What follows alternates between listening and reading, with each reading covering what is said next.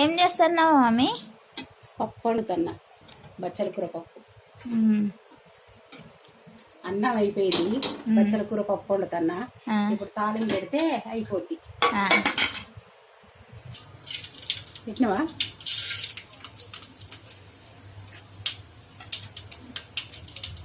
తాలింపు గింజలు వేసిండ్రా?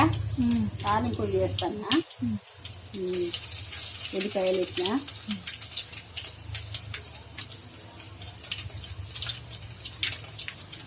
ఎండుమిరపకాయలు వేస్తున్నా, కరివేపాకు వేసిన.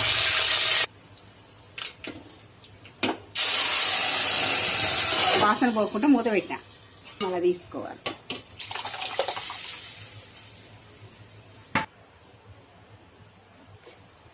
బచ్చల కూర పప్పు రెడీ అయ్యింది ఈరోజు.